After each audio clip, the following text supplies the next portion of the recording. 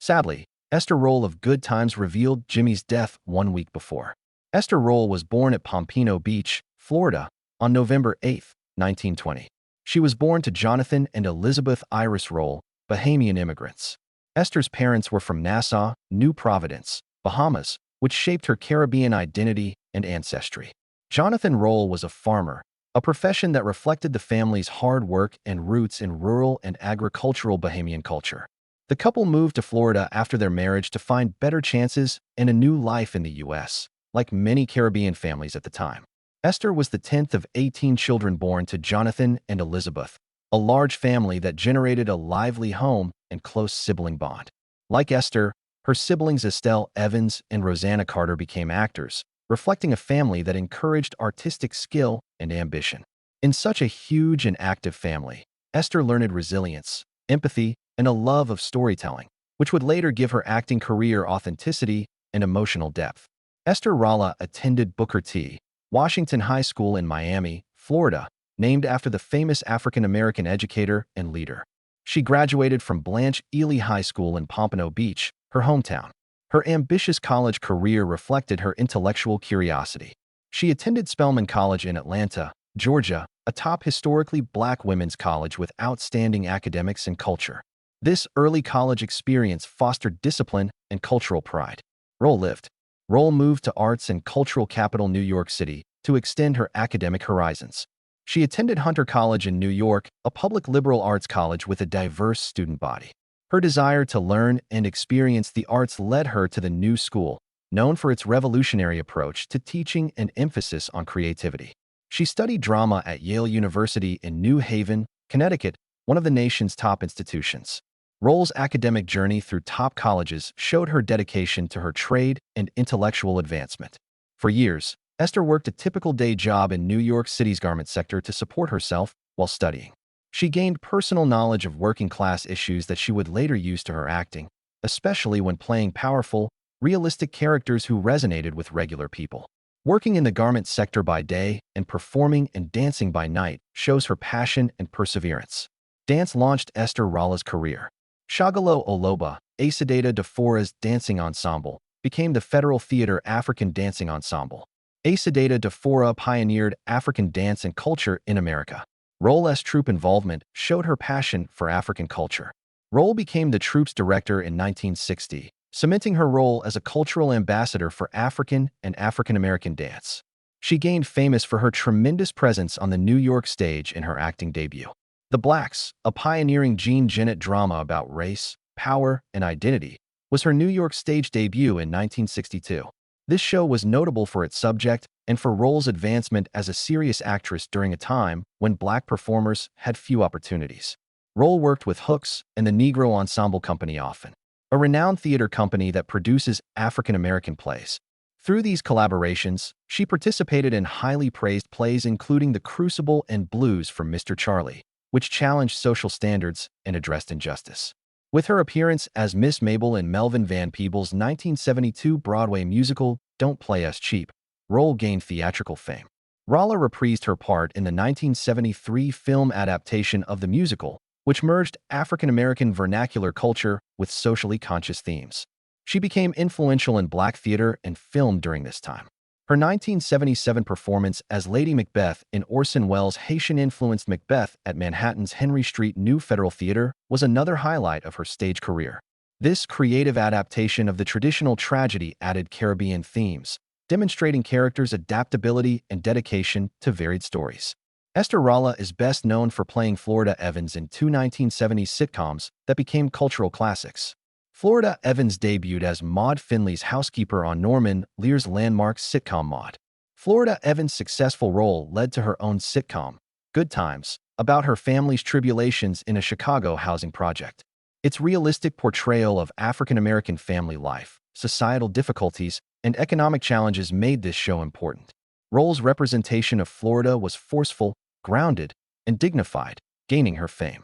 Best Actress in a Television Series, Musical, or Comedy was her 1975 Golden Globe nomination.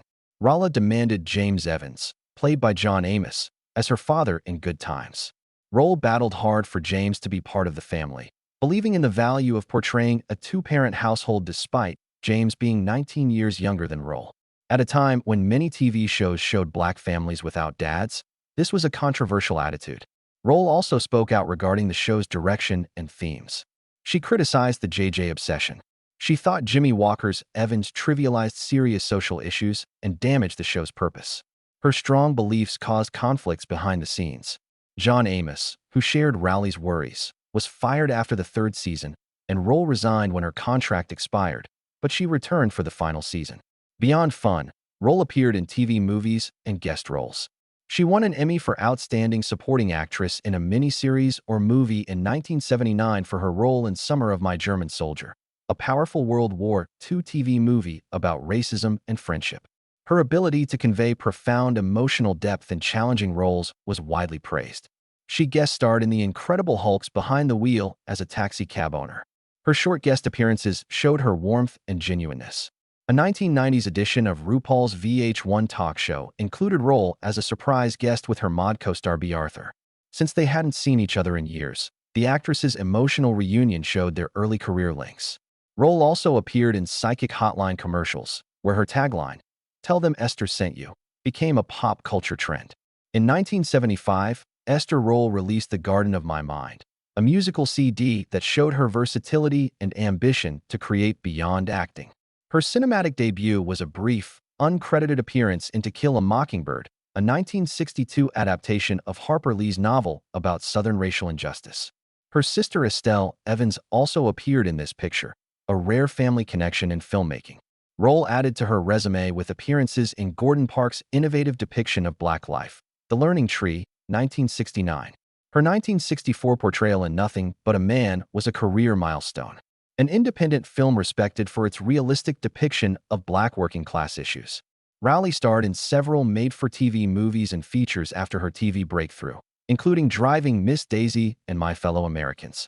She was unforgettable as Aunt Sarah in Rosewood, a 1997 film about an African-American tragedy, and I Know Why the Caged Bird Sings, based on Maya Angelou's autobiography. She further established her reputation as a compelling interpreter of complicated real-life stories. Rowley earned many awards and broke barriers for African-American women in Hollywood and stage. Her 1979 Emmy for Outstanding Supporting Actress in a miniseries or movie for Summer of My German Soldier was a milestone. Besides television and movies, Rolle participated in The Mighty Quinn, 1989, with Denzel Washington, Cheryl Lee Ralph, and Robert Townsend. After decades, she ended her spectacular and significant career in Train Ride, filmed in 1998 but released in 2000. Esther Rolle was known for her dedication to social causes, her ability to inspire audiences with grace, power, and empathy, and her dedication to presenting strong, authentic African-American characters. Her legacy as a pioneer who gave every role dignity and depth continues to impact actors and spectators. The renowned actress Esther Rolle, best known for playing Florida Evans on the breakthrough 1970s sitcom Good Times, had strong morals. For years after the show ended, she kept quiet about the production and cast drama. Rolle broke her silence 1 week before her November 1998 death, shocking fans and loved ones. She opened up about her affections for Jimmie Walker, who played JJ, the flamboyant and irrepressible character. Evans. Rolle showed more than moderate anger or frustration. The hate was deep and raw, worse than anyone had expected. Esther Rolle despised Jimmie Walker more than anyone else in Good Times. Her motives were years-old personal and professional frustrations.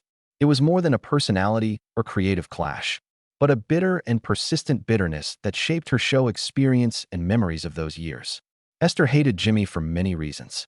She thought Jimmie's portrayal of JJ was often a caricature that overshadowed the show's important social topics, such as racial prejudice, poverty, and family hardships in a Chicago housing complex. Esther remained true to her role as Florida Evans, the matriarch of strength, dignity, and endurance. She believed JJ's antics and catchphrases, especially "Die No Might," trivialized Black families' actual concerns, reduced them to comic relief, and undermined the show's purpose. According to Esther, Jimmie Walker's fame and the producer's concentration on him altered the show's balance away from the family dynamic she valued most. She felt this change undermined Good Times' heart and soul and generated stress on set and in its artistic direction. She hated that Walker's charisma occasionally obscured her hard work. producing professional and emotional conflict amongst the actors. Attitude and conduct disparities increased tension behind the scenes. Jimmie Walker seemed more easygoing and less interested with the show's deeper implications than Esther, who was serious, professional, and committed to social problems. Cast and crew reported that their personalities clashed, creating a tense and sometimes unpleasant workplace. Rolle was upset over Walker's disrespect for her and the show's objective as well as creative differences. Esther Rolle shared this terrible truth in her final week as she contemplated her legacy and the influence she had made in Good Times. She courageously revealed a long-standing problem that had been covered by public niceties and silence. Even in her latter years, Esther Rolle was passionately protective of her principles and unafraid to face hard truths. Esther Rolle hated Jimmie Walker due to personal and professional issues. She felt deeply frustrated about the show's treachery. It was a powerful reminder that humans' emotions and problems impacted their lives beneath the laughing and sitcoms' popularity.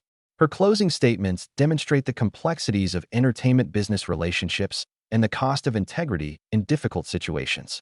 Esther Rolle, renowned for her forceful and realistic depiction of Florida Evans on Good Times, died on November 17, 1998. She died at 78 in Culver City, California, from diabetic issues she had treated for years. Many fans mourned her passing because they valued her acting skills and her fortitude in portraying African-American women with grace and depth. Rolle lived and identified with her faith. She was devoted to the African Methodist Episcopal AME Church, a late 18th century religious institution that has shaped African-Americans' spiritual and social lives. The AME Church has historically provided refuge, activism, and community leadership, and Rolle found strength in its congregation and doctrines. Her spirituality guided her life and career, giving her purpose, moral clarity, and resilience. Esther Rolle requested her funeral ceremonies at Bethel African Methodist Episcopal Church in Pompano Beach, Florida, her hometown, and where she initially formed her identity and worldview. In keeping with her strong religion and ancestry, Rolle associated Bethel AME Church with her heritage, family, and community. Her choice of church for her funeral showed her lifetime dedication to her values and her desire to commemorate her childhood caregivers. Friends, relatives, churchgoers, and admirers honored a woman of passion, ability, and faith at Bethel. Many in the entertainment business and beyond lamented Rolle's passing, since she was beloved for her contributions to television and theater, her advocacy for African-American representation, and her unwillingness to play conventional characters. She inspires actors and audiences with her story of faith, genuineness, and courage in life's adversities.